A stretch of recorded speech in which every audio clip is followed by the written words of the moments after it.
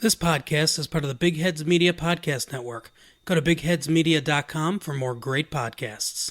The Hedgehog of our nightmares. The next gonna give it to you. Rhyme City, bitch. Rhyme City, bitch. All that and more. Oh, look. A wild Mike Tyson has appeared. Hitmonlee, use bullet punch.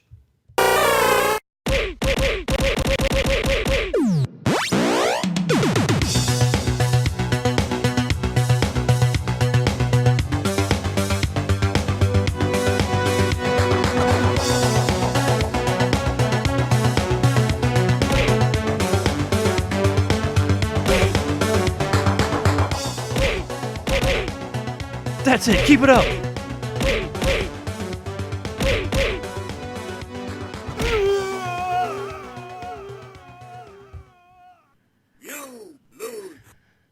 Perfect. What a bitch. Dun, dun, dun, dun, dun, dun, dun, dun, dun, dun, dun, dun, dun, dun, dun. Good Hitmonchan. Exactly. Welcome to episode 73 of the Super Media Bros podcast. I am Midnight Agent Raw. And I'm Okame. We've got a whole lot of shit to talk about. Definitely. I mean, after Mike Tyson scrapes himself up off the ground and gets the fuck out of our presence. He fainted. Because I mean, we were super effective. He got his ass kicked all the way through our intro. Mm-hmm. I mean, even before. That's a first, because normally gets his ass kicked before the intro. No, it was just ongoing. It needed to be ongoing. He needed to be taught a lesson. He needed to be taught a fucking lesson. Mm-hmm. Mike, don't come back around here. Don't come back to Kanto. We're going to sick him on you every fucking time. Mm-hmm. Such a good Hitmonchan. Yes. So if you haven't figured it out, we're going to be talking about Pokemon along with a lot of other shit today. If it wasn't obvious in the beginning. Yeah. Even on our poster for this week, there's a lot of shit to talk about. Yeah. I guess we'll just get into it because there's so much. There's so much stuff. So much content for Okay. one episode. We're going to talk about Detective Pikachu, but I want to talk about a little something that was attached to the Pikachu film. And it's been a controversy for the last few weeks, and that is the design of Sonic the Hedgehog for the Sonic the Hedgehog movie. Boy, oh boy. That was a thing. We haven't talked about this yet just because I feel like we needed that much time to actually process the fact that they thought this was going to be a good design for this fucking movie.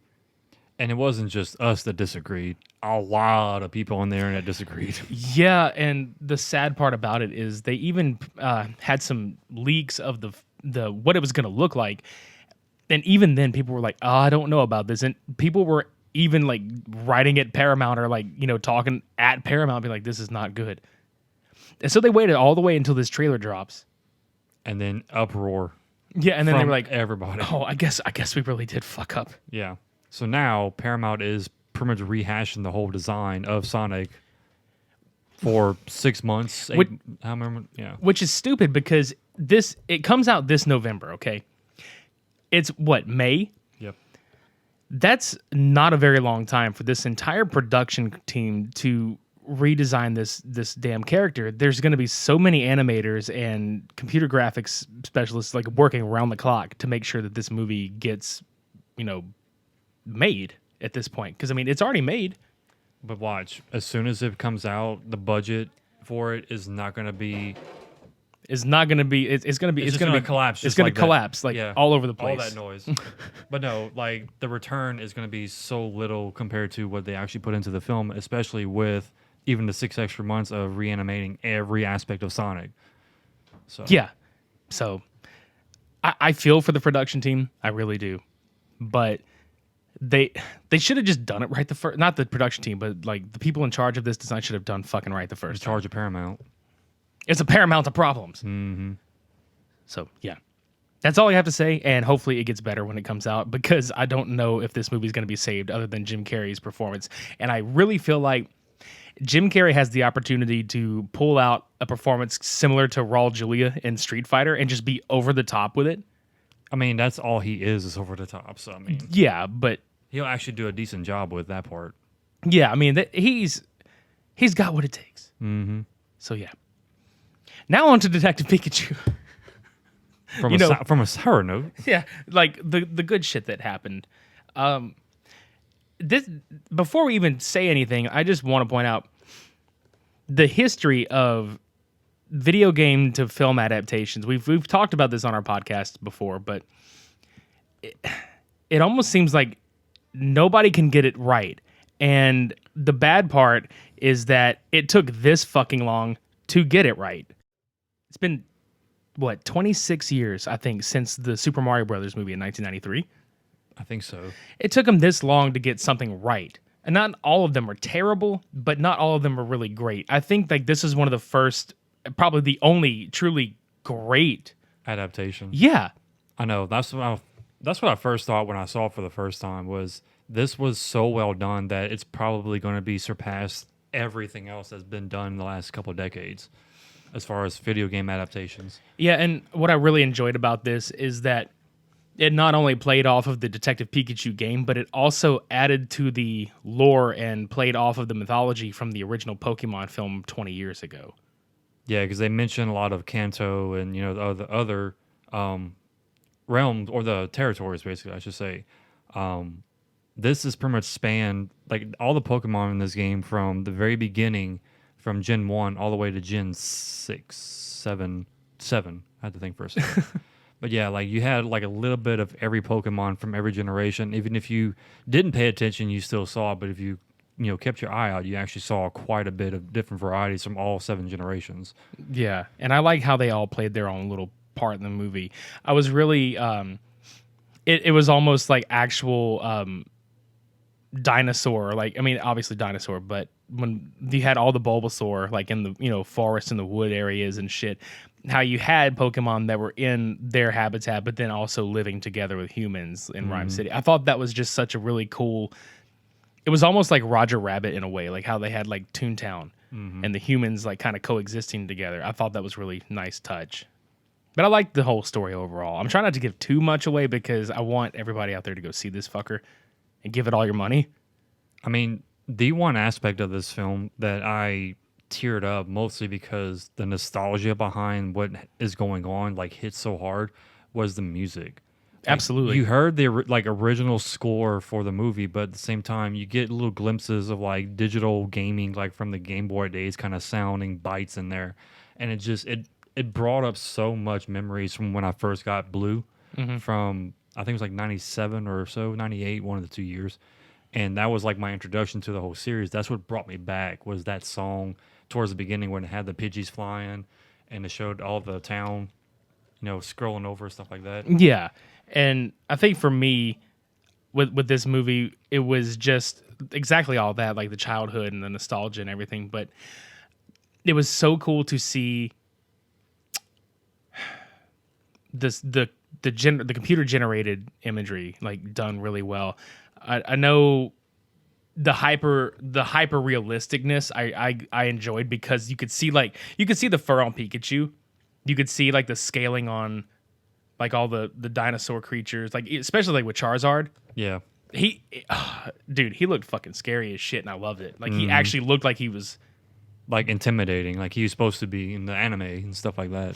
He gonna fuck your shit up. And that's the best part about this is that it's got something for everybody.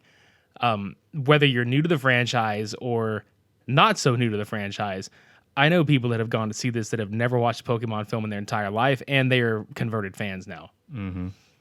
So, but I mean, if it took you this long to be a Pokemon fan, come on, you've been missing out on so much. Yeah, I know, and the story was really good. I know a lot of people out there were like, oh, it's a little too simplistic. Like the story was too simple or, things like that. But I thoroughly enjoyed it because it was easy to follow and you didn't have to really think too much into it, because I don't think a story like this needs to be overly complicated. Well, you guys think about it too. This is a child movie, like a children's movie in a way.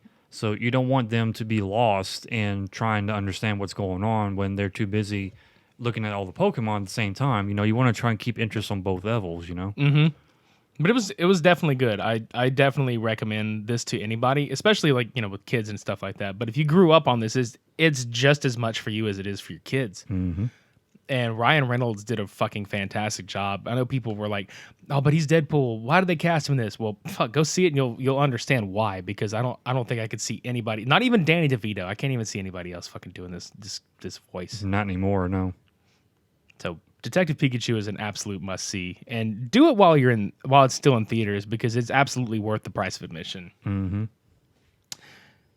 Now on to the next bit of movie shit. At this point, I don't know whether I should or should not care about Dark Phoenix. I mean, what's her name? Sophie Turner? Is that Yeah. yeah. If y'all know her, she's Sansa from Game of Thrones, and she's now taking the role as Jean Grey in the Dark Phoenix in this film series. She looks the part per se as the darker side of Jean Grey, but I know just based on my knowledge of the movies, Famke did better as Jean Grey from what I've seen than she did as Dark Phoenix. Famke Jensen? Famke Jensen. Yeah, absolutely. Yeah, and I just... I'm gonna sound like a fucking total asshole. I don't care for her. I don't either. I don't mean, care for Sophie Turner as an actress at all. Like, Whoa. I know it's gonna sound like fucked up, and it's literally because the only thing I've ever seen her play is like these whiny ass characters.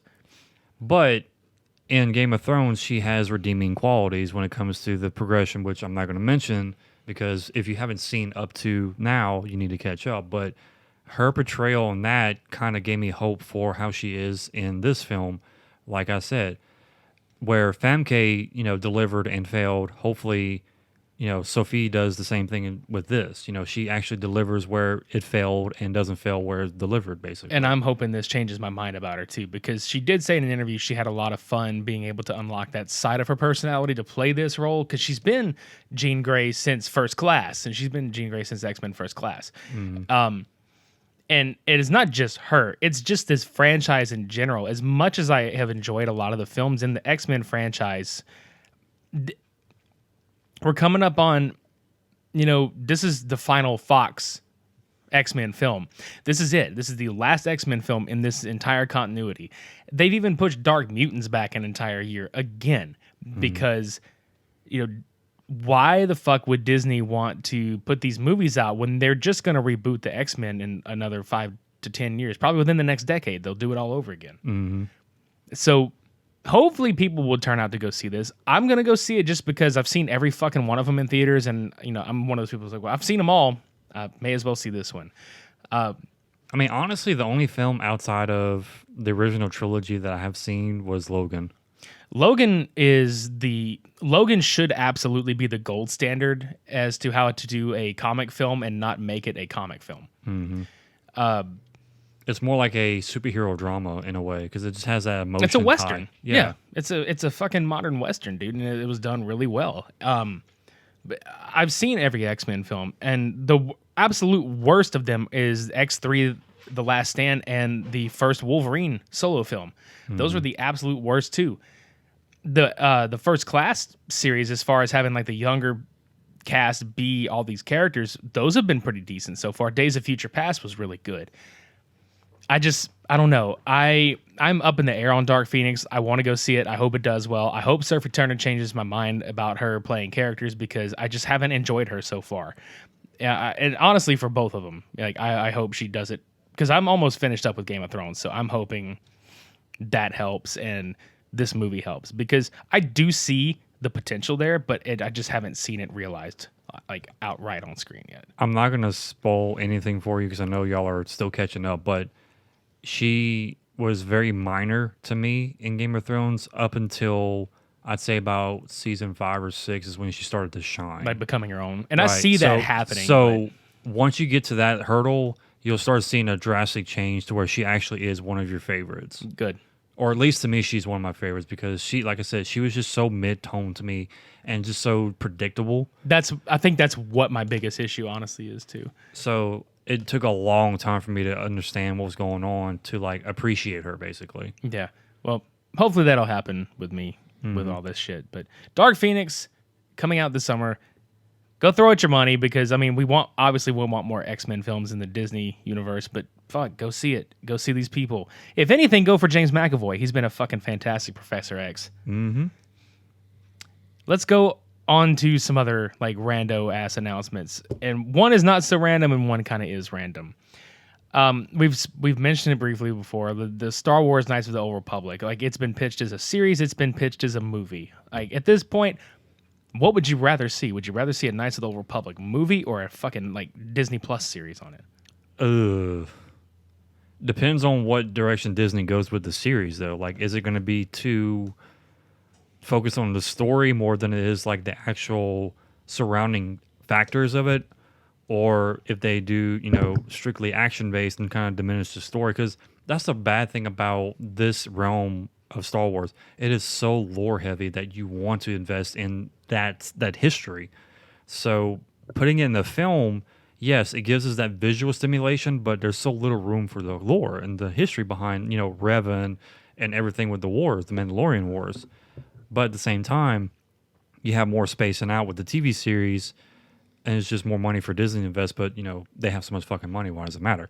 Yeah. But will they focus too much? Oops, sorry. They focus too much on the story and kind of overwash everything else and not make it as visually appealing like it should be. Because, with Star Wars, you have lightsaber fights, you have, battles. I mean, just nonstop, just, stimulation when it comes to that kind of stuff. So you don't want to kind of tip the balance in one side too much. Balance. Yeah. So I can kind of see it more successful as a series only if they do it justice. Yeah, I was thinking the same thing. I would love to see them delve more into specific characters and have actual character development as opposed to a movie where you only got so much time to do the shit.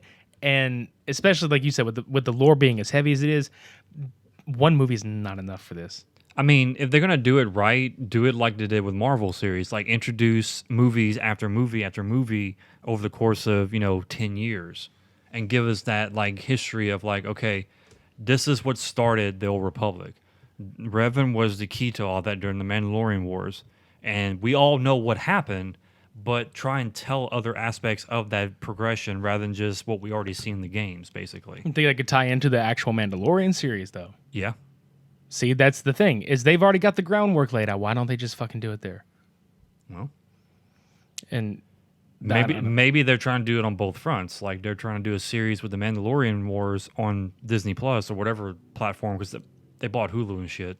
Yeah, I was going to say, do you think now that we're getting some of the characters from the Marvel Cinematic Universe getting their own Disney Plus series, do you think it's time that we stop treating television series like they're not fully connected to film franchises? Because obviously references were made in the Marvel series to the MCU, but now that Disney Plus is in the picture and we have the Star Wars shit going around, could we actually see like the Knights of the Old Republic storyline mentioned in like the feature films and actually tie into the Disney Plus series, shit like that? I think it's time and it needs to happen. Yeah. I mean, like you said earlier with Marvel, Agents of S.H.I.E.L.D., they tied in with the original Avengers and ongoing.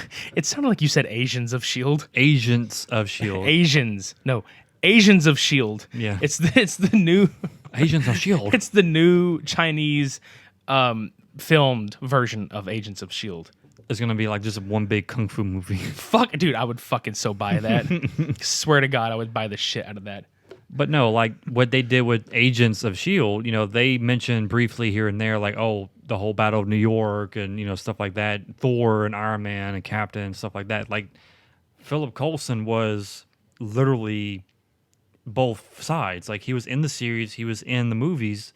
So they can do the same thing with KOTOR and Mandalorian Wars.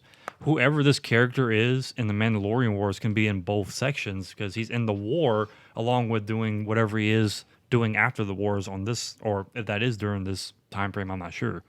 But they have that centralized character that connects everything together. So that would work out really well. Then let's fucking have it.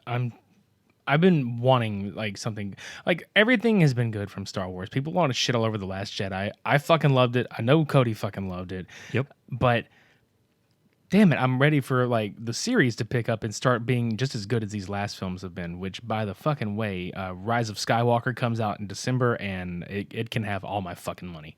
I mean, it's a Star Wars film. I'm going to give it money regardless of how bad or good it is. Mm-hmm. I mean, I did that when Phantom Menace came out. Pod racing. I don't regret it, but at the same time, I mentally regret it. looking back on it as a nostalgia thing, it's kind of like, oh my god, I was there when that happened. Like, Yeah, I was there whenever two kids blasted each other with two lighting bulbs when they were acting like lightsaber fights. oh fuck. Yeah, that was the thing when that first movie came out, episode 1. Apparently, two kids had those fluorescent bulbs, and they used them as lightsabers, and they exploded in their faces. So I'm laughing at that. I don't fucking care. Like, that is funny ass shit. just to give you an idea of how dedicated Star Wars fans can be, we will pull anything out to use as props. I you bet know? department stores were happy though. They probably sold those motherfuckers like crazy. Oh yeah. Jim, we need another order of fluorescent tubing. Why? These fucking Jedis keep coming in here. These are all the tubes we're looking for. These are all the tubes we're looking for. Oh my god. But anyway, yeah, I'm looking forward to Knights of the Old Republic, however it's adapted, because again, Star Wars I will throw my fucking money at all the time. And like I've been complaining about for years, that has been such an untapped gold mine of opportunity. And they're still continuing on with everything from episode 1 to now. And it's like, we get it. We know what happens to Luke, Leia, Han, and all of them. We love them. We do. But goddamn, Revan was such a great story arc. I mean, come on. Go listen to our earlier episodes, like way the fuck back, like 70-something episodes ago. I swear, we've been asking for Knights of the Old Republic for a long fucking time. Mm-hmm. Let's move on to another announcement that has divided the fuck out of people. I am on one side of the fence while everybody else seems to be on the other side of the fence with this shit. Robert Pattinson has I don't know if it's been confirmed or not because the reports keep going around that it was between him and this other guy, but I'm going to say it just because nobody has come out and said anything different, that Robert Pattinson has been cast as Batman Bruce Wayne in Matt Reeves' upcoming The Batman trilogy. And if you know Rob Patterson's history of films, you're going to be more simple-minded, I guess, when it comes to what you come up with. Twilight. Every fucking Twilight film. And I was kind of on that fence for a while. As soon as he sent me that he was in that film, I was like, oh God, not Twilight. but I know he has done better. I know he has a better acting career than that. Very much. I mean, I will give the guy a chance. I need to watch his older movies anyway to kind of get an idea of like who he is as an actor outside of fucking Edward Cullen and Cedric Diggory. I mean, he wasn't bad as Cedric, but no. You know. But I'm going to be the neutral party. I'm not going to say no or yes. I'm going to be, okay, what can I see of him outside of what I've already seen and be convinced otherwise? Cosmopolis. Yeah. Good Time. You mentioned those two. So I mean, they're really good. I mean, fuck, Water for Elephants was actually really fucking good too. I mean, he's been in a lot of shit, but I always specifically say Cosmopolis because it is a David Cronenberg film. He plays this rich kid. He's very like stoic in the film, very just kind of it's something to watch, dude. Like the whole not the whole thing, but most of the movie takes place in a fucking limousine with him. He's riding through this city to go get his fucking haircut, and he's got like this whole bunch of shit that happens to him. He's a businessman. And of course, I watched Good Time, and holy fucking shit. I talk about like a kind of a transformation. Like if anybody were to watch the Twilight movies and be like, what the fuck is this? And then they immediately go from that to Good Time, you wouldn't recognize Rob Pattinson. Like he does like a fucking 180 if you go from that extreme to another, and it's scary. And he's that kind of actor that can lose himself as a character, and that's why I think he's going to be a really great Bruce Wayne. And they haven't come out and said it, but I assume that it's younger Affleck. Well, I was about to say, I don't know if they've released any kind of like mention of the story for this film, but my idea from what I've seen him physically would be, you know, just the upcoming of, okay, he's already past the point where the parents died and he's inherited everything, but now he's coming to terms as far as like, what do I do with myself? Yeah, we don't need an origin story. We know who he is. Yeah.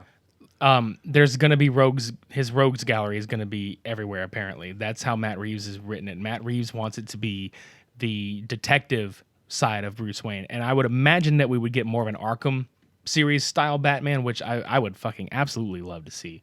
Well, I mean, look at what Affleck did in Batman versus Superman and stuff. I mean, there It was just that a one taste of it. there was that one. Actually, no, there was that one scene in Justice League where he literally went fucking bat crazy. No pun intended. Batshit crazy. Batshit crazy on those people in the warehouse, and that looked like playing the game. Like you just constantly taking every enemy out, just button crazy. It was just so perfectly tuned to watch him do it.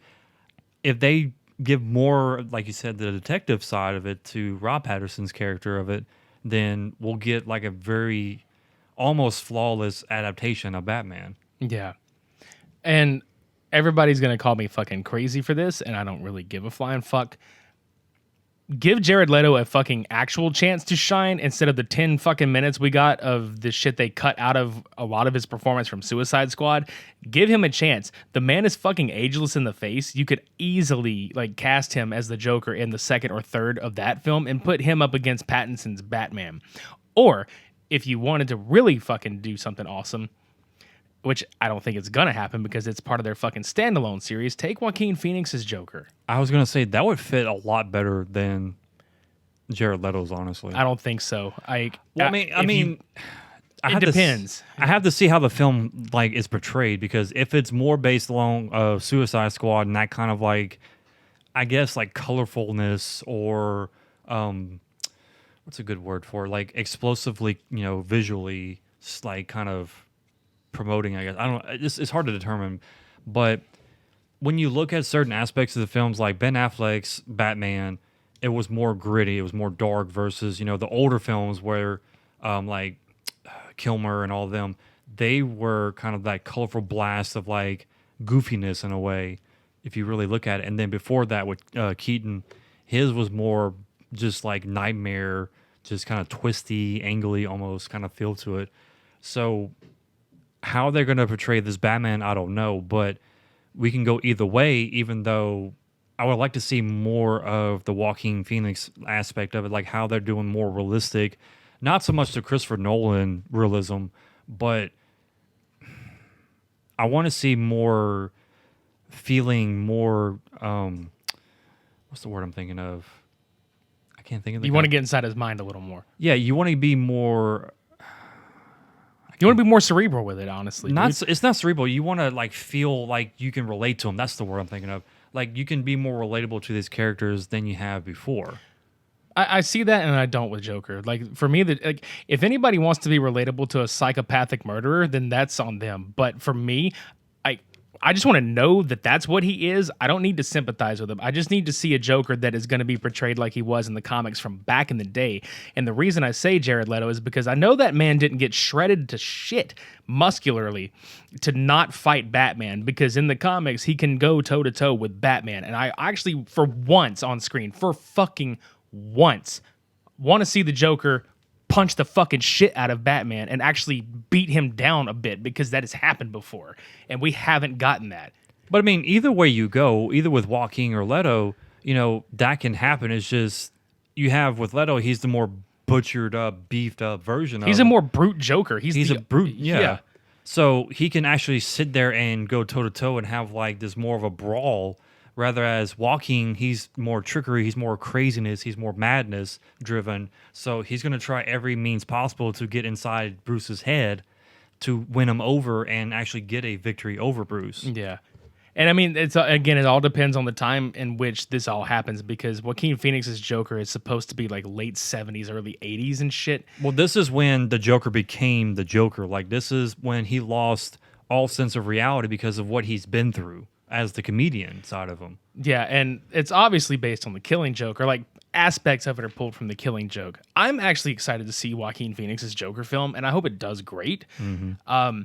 I know DC is trying to work on this whole standalone, set of films or whatever, where they're not interconnected to the DCEU, which I think is a fucking grave mistake. Yeah. Because Jared Leto is still attached, he's still got other projects in the can with this company, but as the Joker. But if you wanted to reboot it, or if you wanted to make like an alternate universe, Give it to him. Like, let Joaquin Phoenix try to take the reins for a bit as far as the alternate universe goes. There's a way to do it correctly. I mean, Marvel's already obviously beat him to the punch with the multiverse aspect, but there's a way to do it. If you do it correctly, you could make simultaneous Batman and Joker films aside from the shit that we've seen in the DCEU. And it could work.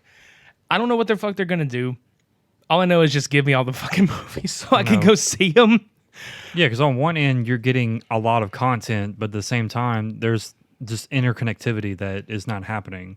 You know, you need some kind of like tie-in to everything with how this movie's going to do with the continuity of, you know, DCEU and all that stuff.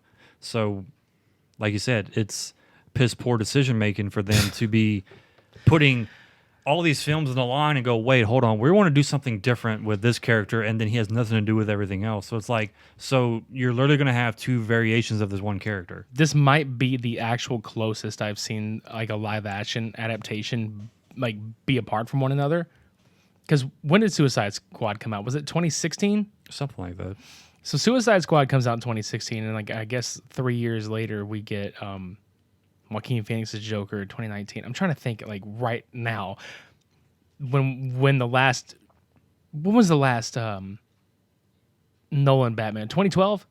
I believe so. Yeah, so we had 2012 and then Batman vs Superman came out in 2016. Okay, so this is technically like the shortest gap, one of the shortest gaps between two people playing the same character. So from a movie, like a casual moviegoer standpoint, you can see the confusion on people if they're like, I thought Jared Leto was Joker, or like, what are they doing? Like, is this all new continuity? Because nobody really unless you go read and search out these movies on the internet, which some of these studios are taking risks doing, like just kind of assuming that people know this already. You got to really hunt out a lot of shit these days to figure out, oh, this isn't connected to this, and it's its own thing. If you're going to give Jared Leto the opportunity to be the Joker, then let him be the Joker. Okay, more than, like you said, of 10 seconds of fame that he got, and wasn't even worth that because he was not given that opportunity to show what he really was as a character. Yeah, they should have just cut him out altogether if they were going to do that, honestly. So, like you said, now the confusion stands where you have him kind of floating around in space, not knowing where he's going, and then you have another person being driven in saying, well, we want this different take on that character, and it's like, what the fuck are y'all doing? Now you have two variations of the Joker, so you better tie them in somehow to where it doesn't sound like a clusterfuck. Yeah. And, I mean, again, obviously standalone shit where it's not related, but at the same time, the confusion is still fucking there for a lot of people I've talked to.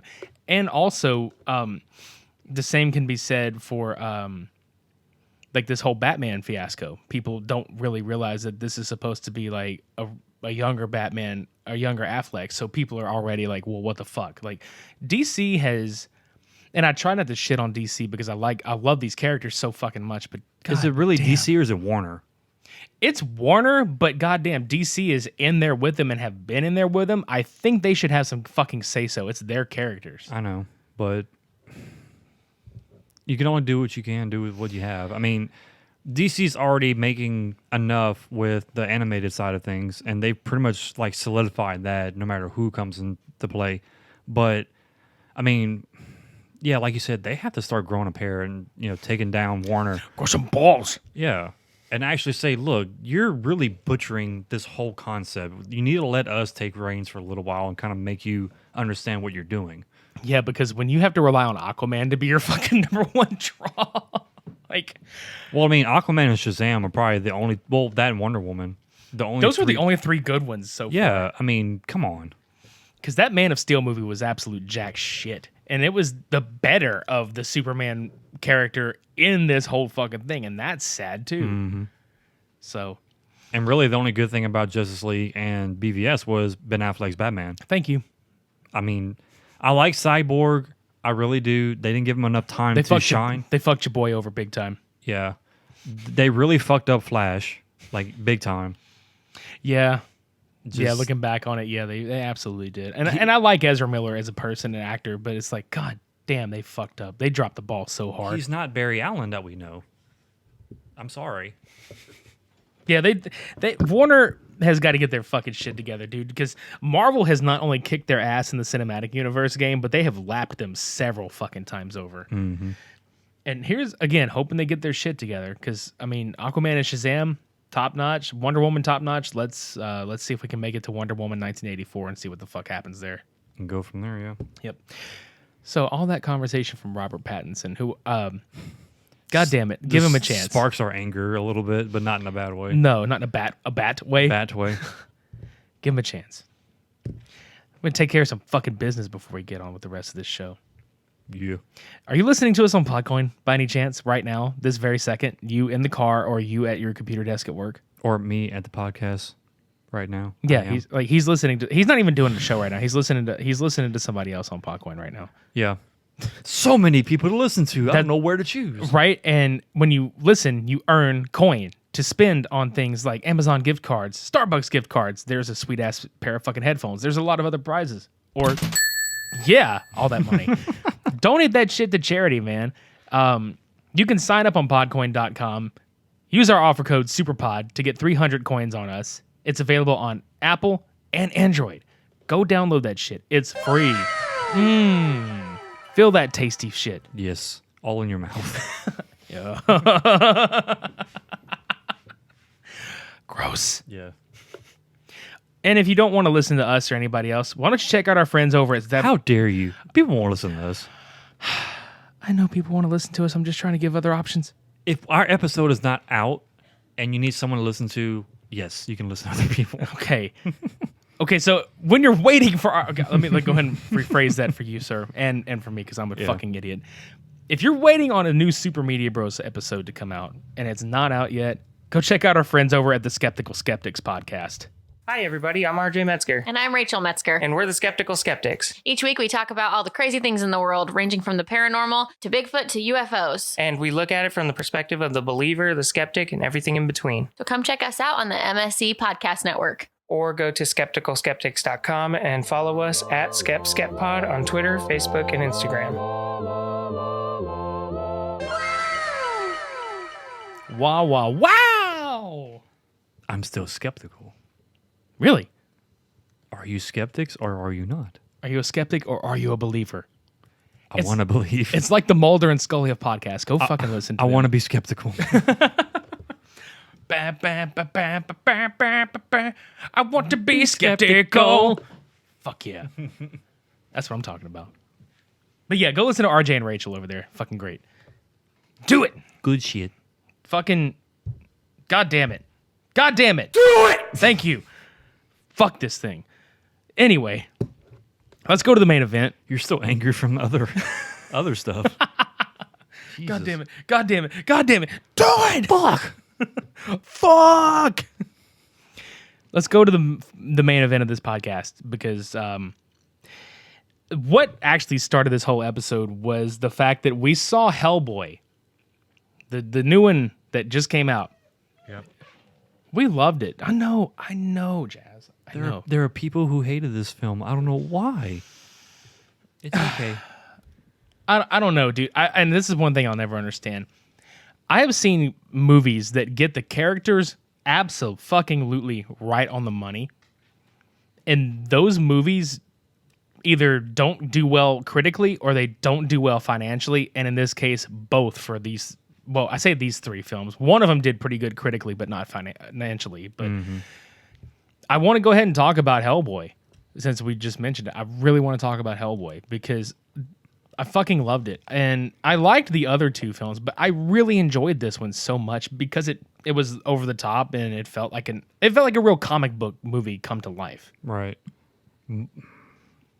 I had to hold my tongue. I had to bite it so hard on so many people out there that they just shat on it for the simple fact that it's not Ron Perlman.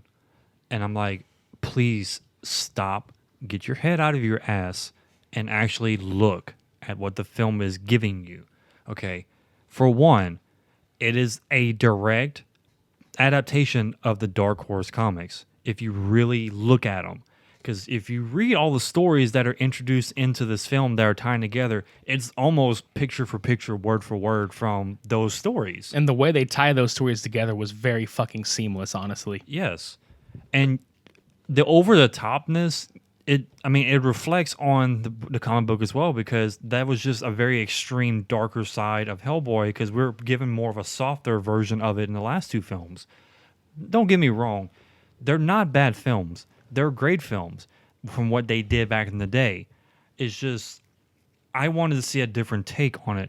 And yes, I know Ron Perlman's not in the film. I get that. He did great as Hellboy, but Homeboy did fantastic with just personality, attitude, delivery. I mean, the whole 9 yards. Like, he was just the quintessential Hellboy of this time frame. Oh, hell yeah. I mean, he looked it, he sounded it, and he was supposed to be considerably younger, obviously. I mean, he looked it, you know. I could go on and on about this movie, and the thing that I love the most about this movie is that it is absolutely going to be a midnight, what you would call like a midnight film, like a cult classic film. It already is going to have that status in the next 5 years or so. And it's definitely going to be a film that people will go back and revisit, and I think it's going to find its audience on home video. A lot of movies that we really enjoy that should have been, you know, good critically and commercially have found an audience, and at least it's going to land somewhere. I don't think we're going to get a sequel, obviously, because it didn't do that great, but I'm fucking disappointed. And that's the sad part. Like, financially, it just, in a way, bombed because the budget for it was way higher than what the actual return was. Yeah, and the budget wasn't even that high to begin with, and that's the fucked up part, is that it had a very modest budget, and it spent really well, and I liked it, man, and it's just a damn shame, you know. But the problem that I think Hellboy had was the date that it got released, because it got moved into April from February, where it didn't have competition in February, and then it got dumped right in the middle of April. I can't remember what movie came out right before it, but then you have a movie such as Hellboy that's going to be coming out like right before Infinity War. I mean, Endgame. It's going to be fucked. Yeah. Because people are gonna like, nah, we're skipping that. We're saving the money that we could go see Hellboy with, and we're gonna go see Endgame twice over. But I mean, at the same time, if you're not a true fan or a very like open-minded person when it comes to comic books, you're not gonna go see Hellboy. It wasn't marketed well, honestly, No. and that's sad too. Is that it wasn't properly like marketed out. But in a way, it was marketed to people who actually understand the character, who know the character, and will actually go and devote time to see it. Yeah. I mean, that was kind of the same way with the first two. I mean, the second film was not drastically better, but it was better enough to be more recognizable and noticeable to me as a whole. Well, the Golden Army? The Golden Army. Golden Army was fan-fucking-tastic. And you know that was an original story, right? Mm-hmm. God, and that's... Because that was a Del Toro movie, too. Like, he did so fantastic with that film. And it was so hard for me to sit there and go, okay, was this new one better than that one? And to me, they're kind of on par, but for different reasons. That's how I feel with Homecoming and Spider-Man 2, honestly. Yeah. It's that exact juxtaposition where like one gets a lot of the shit right, the other one gets a lot of the shit right, but then it's a battle of like, oh my God, which one are you in the mood for at this very moment? Mm-hmm. So, but yeah, like I said, just the haters out there, y'all really, if y'all don't appreciate the film or the content of the film, don't harsh on it so damn much, because it's really not bad. On my end, it's actually great. It's fantastic quality in so many aspects. It's just I don't get where your gripe is. Like, it's too comical, or it's too fake looking, or it's not done well. I mean, come on, y'all. The gripe, honestly, I think stems from just what it is. People begged and begged for a third Hellboy to finish out the trilogy that they started with Ron Perlman, and it just didn't happen. Even Ron Perlman and Del Toro were both like, yeah, it's not happening. Yeah. Sorry. I mean, that's been ongoing for years. Yeah, they based the success of Pacific Rim on whether he was going to get to do a third Hellboy or not. Right. But I mean, like I said, you have two different aspects of comic story. You have, the original days, and then you have the Dark Horse comics, which are drastically different. And you have to understand where all this is coming from for you to give it such a harsh judgment. Mm-hmm. And like I said, you don't deserve to say that if you don't understand it that well. Be honest with you. I mean, if I went into that film and said, okay, this was a action-based, like, horror-ish. Because, I mean, it was a lot of horror aspect in a way if you really look at it. Yeah, absolutely. It's like an action horror. I would have liked this kind of stuff because it's just so far out there and it's something different than what we've seen. Is it just me, or are we kind of living in not necessarily the exact same, but are we living in kind of like a renaissance of the cheesy 80 action films? I think so. And it's not a bad thing. I enjoy a lot of that shit because it's like popcorn flick, but do you think we're kind of having that resurgence and it's like a renaissance of it? I think Hellboy kind of would fall into that horror category as far as that, because it's like a cheesy quote unquote 80s horror film. Mm-hmm. But it's not cheesy. Like, it's actually really fucking well done. So yeah, like the comedy was because of Hellboy's actual personality, not just the fact that it's just corny. Mm-hmm. Yeah. So, I mean, yeah, definitely if you see it on home video, give it a chance. It's absolutely fucking worth your money and it's worth your time. Agreed.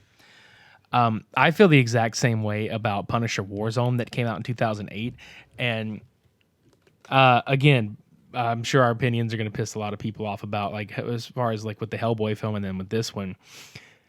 A lot of people are like swinging on the dick of the Punisher series on Netflix, which it's fucking amazing. And let's not deny the fact that John Bernthal is probably the actual best Punisher to come along. Mm-hmm. There's a lot of people that believe Thomas Jane was the best Punisher to come along. And let's just not even talk about Dolph Lundgren's Punisher from 1989, because that fucking atrocity was just garbage.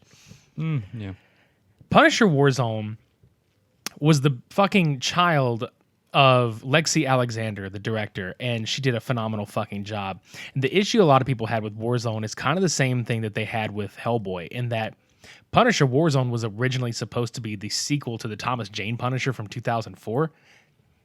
And it didn't happen. Tom Jane didn't believe in the script they were writing, walked off, went to make The Mist, and then they kind of just revamped Warzone to be, okay, we're not going to say it's a Frank Castle origin story, but we're going to just say that Frank Castle has been the Punisher for a while.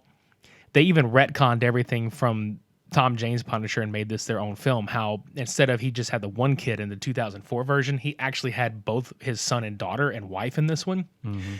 They did it kind of how the 89 Batman, where they told the story in flashbacks here and there.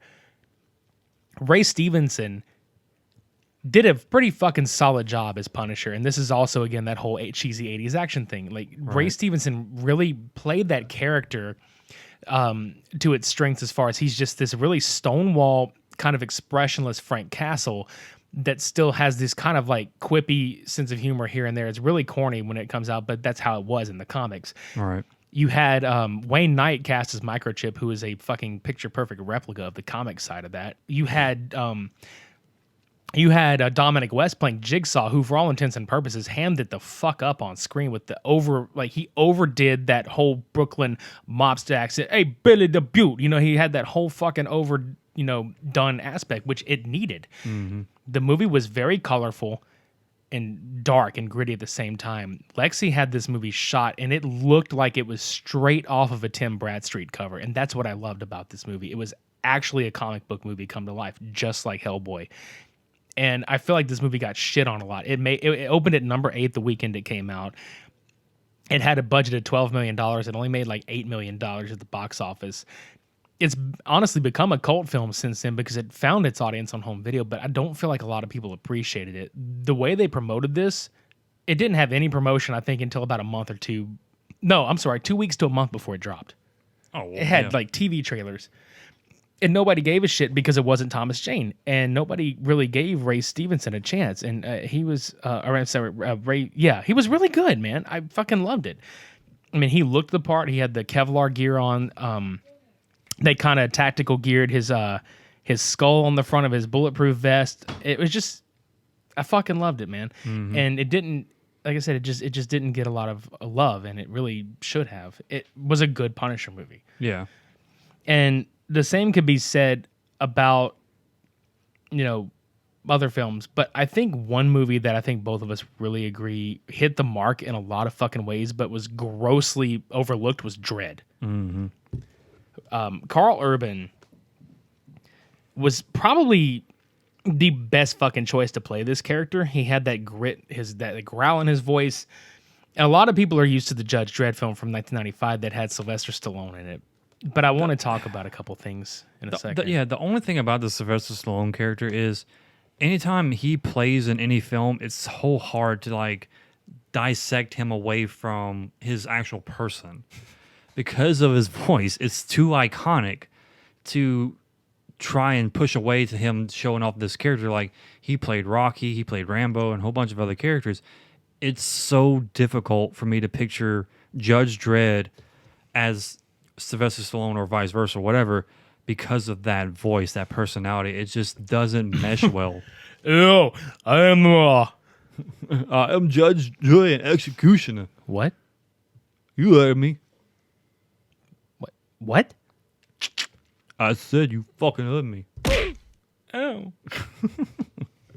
But seriously, the only thing they got right in the fucking Judge Dredd movie from 95 was literally everything except for Judge Dredd. And that's what fucks me up the most looking at that movie. Yeah. They got Mega City pretty fucking spot on. They got all the different judge characters right. Sylvester Stallone didn't really wear the fucking helmet very much, which is really stupid because that is the emphasis. Icon. That is the icon of Judge Dredd, is that fucking visor helmet. So we got that in the 2012 Dredd with Carl Urban. He never takes it off. In fact, he never gets out of his tactical gear. It's him and then Cassandra. Judge Cassandra was the only other person I think in the comics they put in there, with the exception of a few Easter eggs here and there. And what they did with the Dredd film in 2012, which a lot of people shit on, was that they didn't have a lot of the comic aspect. You took Judge Dredd and stuck him in an actual gritty real world Mega City 1, where it's just overridden with crime. And all this other crime and other shit. So he goes to these giant fucking towers that are pretty much essentially giant cities in a building. And he goes and takes on this drug lord, which coincidentally, another Game of Thrones actor, Lena Headey or Headley or whatever the fuck. Mm-hmm. Cersei, goddammit. Yeah. I feel dumb. I couldn't get her last name right. It's all good. Lena Headey, whatever the fuck. I don't know how you pronounce her last name. I just know that she's Cersei's the drug lord.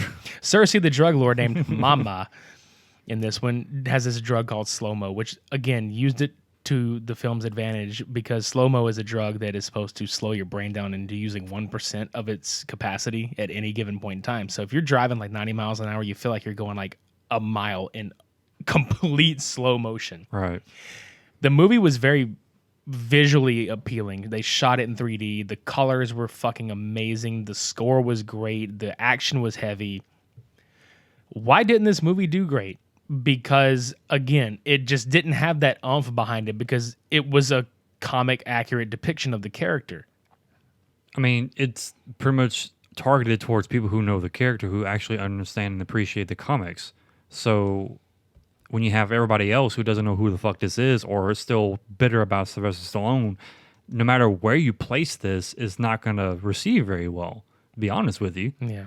Because, I mean, let's be honest.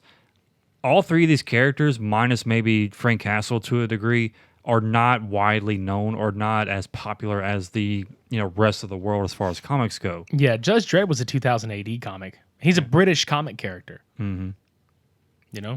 And you only knew of him because of Sylvester Stallone's adaptation at first. And then it's like, okay, this is not the Judge Dredd we want. Yeah. For one. Like everything else is. But not him. You know what would be really fucking cool? If you could mesh them somehow, where you had all the other characters from the original 95 one and just stick Carl Urban's Dredd in there, and then I think you got a winner. Perfect. That's really what needs to happen, honestly. They talked about doing a Judge Dredd series with Carl Urban a long time ago. Don't know if that's going to happen. I'd love to see a sequel to this movie where they expand on the universe. Who owns the rights to Judge Dredd, though? I can't remember the studio that owns the rights to it, and I feel really dumb because we just watched this the other day. I don't know, but either way, they did right by the character. I mean, obviously everything else wasn't, wasn't what it was supposed to be, but I feel like this could have been a good story as far as okay, we won't put Judge Dredd in the Mega City 1, upper echelon as far as all these other fucking characters go, but give us a good character study on him as a person and the decisions he makes when he judges, juries, and executes motherfuckers. Right. So this was a good way to introduce him.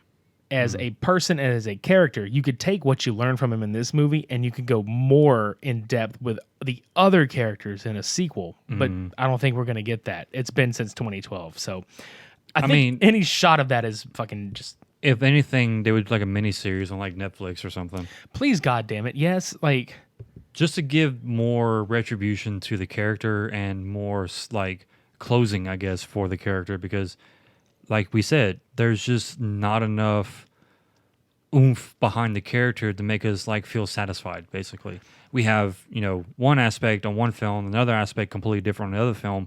There's just not that closure we need. yeah. So give us something to give that, okay, this is a good representation of the character, and we'll be satisfied with that. Just, it don't have to be long either. Maybe 6 to 8 episodes at the very most.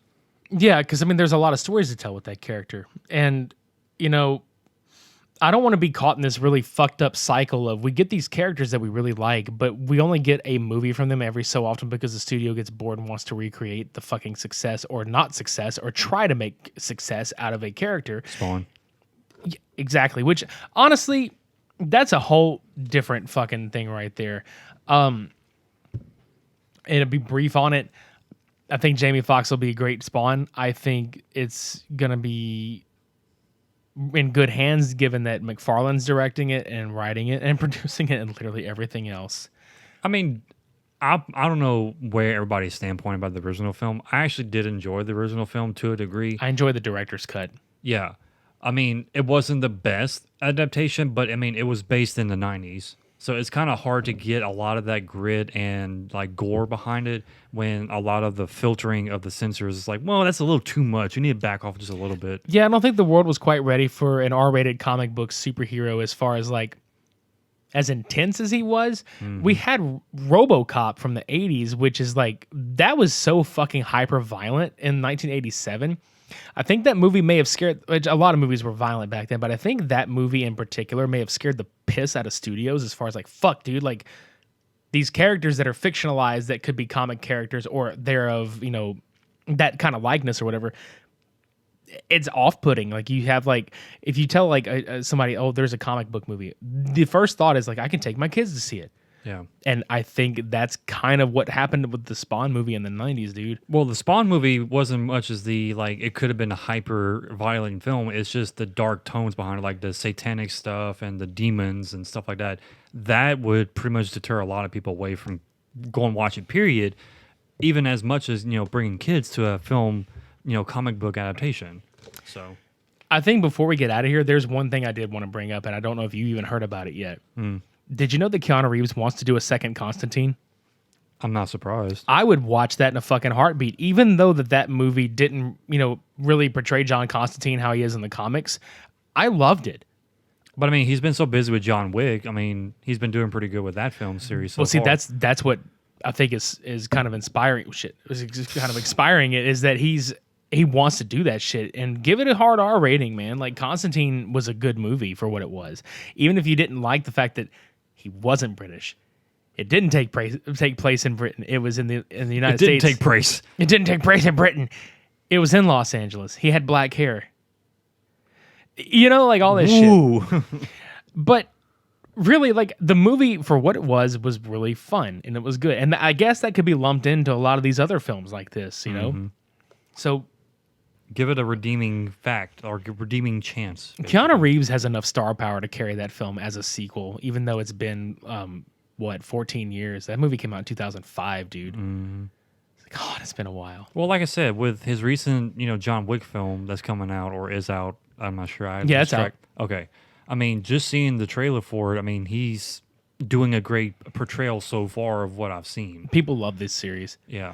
There's a fourth one that's going to come out in 2021. So Keanu Reeves, while you're in the middle of shooting Bill and Ted 3, and then like between that and the fourth John Wick, make a fucking second Constantine. I will come throw my money at it. Preach. That's about right. Yep. I don't know. I think that's it, dude. That's all I got for. Yeah, I'm a little tapped out when it comes to anger right now. Yeah, and this episode may not have been as humorous to you guys out there as usual. But we had a lot to get off our chest. We can't always be funny. No, I mean, that's what the Cult Cinema Showdowns are for. You know, shit. We have our lighthearted episodes, and then we have episodes like this where it's like, you know what? Fuck the world. Fuck this shit. So if you want to tune in next week to Cult Cinema Showdown, speaking of, we're basically going to be talking about 4 films based off the Marvel Cinematic Universe's success in a mockbuster form from the production company Tomcat. Metal Man, with the power to not be Iron Man. No. The Amazing Bulk, with the power to be a giant purple naked blob of shit running around. A very angry Barney. Captain Battle Legacy War, with the ability to paint red on somebody's face and call him the Red Skull. Literally. I'm shaking my head right now. Yeah, I'm he just is. like, Yeah. no. Thunderstorm, the Return of Thor, who looks like Neo Thor. Neo Thor. It's like Thor and the Flash had a melding of their suits. It's bad. Yeah. It's so bad. It's Thorable. It's Thorable. We're gonna battle those fuckers out. All 4 of them. It's the first Cult Cinema Showdown where we have more than 2 films on it. So be sure to tune into that shit. Also, there's going to be some booze involved. Yeah, we're gonna be drunk as shit, and I think I'm still happy that you fucking chose this one because I'm gonna need to have alcohol. It was the only one that stood out from every listing we had. It's like, okay, we're watching 4 films for one. That's a lot to take in. 2, look at the content. Oh my fucking God. Looks at the films. That's a lot to take in. Looks at the 30 gallons of liquor we bought. That's a lot to take in. Why not do all of it at once? That's a lot of damage. Yeah. Somebody call Phil Swift and get us a Flex Tape sponsor. I can just picture the knives being stabbed in my back with that freaking. That's a lot of damage. Swiftly striking. Those fucking that film company looks at its bank account. That's a lot of damage. Yeah. Why did we invest in this again? I don't know, but fuck them. Yeah. So that's happening next week. That's crapping in, It is. according to the quality. If you want to listen to past, present, and future episodes of the Super Media Bros, go to supermediabrospodcast.com. We update weekly. What's so funny? Weekly. I'm not laughing. I'm just smiling like weekly. Weekly. Oh, that was loud. Follow us on social media. Do the shit. Sorry for clipping your fucking speakers. Or making your ears bleed. Exactly. Either way. Facebook.com/supermediabros. Yeah. Twitter.com/supermediabros_. Ow. Instagram.com/supermediabrospodcast. The fuck just flew over us? The more you know star? God damn. Fuck, that was badly pixelated. I know. Come look at our stupid pictures, goddammit. I mean, we put shit up there all the time. All the time for you guys. Do you want to support the podcast monetarily? We already do, but you don't. That's right. So come help us out. You get bonus episodes for this shit if you get our $5 tier, goddammit. Super Media Bros on Patreon. Just fucking go do the shit. Some people are already reaming the rewards from that. They're already... They're like, ooh, give us more. Yeah, and if you, seriously, we're not even bullshitting. If you want to hear us talk about the fucking fast food experiences that we had and the food that we get while we do this shit, definitely go check that out. It was actually a very fun episode. It was. You're missing out. So go do that. Not to mention that if you do that, you get a sticker, button, and a coaster with that shit. What's not to love about this deal? Come on, people. Yeah. You get stuff from us and more stuff from us monthly. Damn it. So do the thing. Or if you don't want to do that, but you want to support the podcast elsewhere and you want to wear us on your fucking bodies, go buy a t-shirt, a sweater, a fucking jacket, a tank top. It's fucking summer. I know you're sweating out there. Do it now. Our tank tops are black. They will hide your sweat. We can't, get rid of the smell, but... I mean, Storefrontier.com. Look for Super Media Bros Podcast. Or you can just scroll down to the link in the show notes below and just go buy a t-shirt. All of our shit is $5 off. Holy shit. Yeah.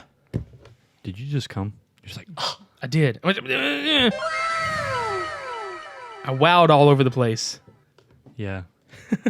Jazz is more white than normal. Whoops. Sorry. Sorry.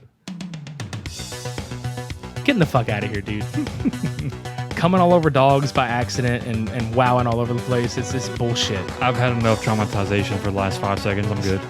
That was Judge Fury and Poor Execution, episode 73. For this week, I've been Midnight Agent Raw. I've been O'Connor. Shades on. We're off.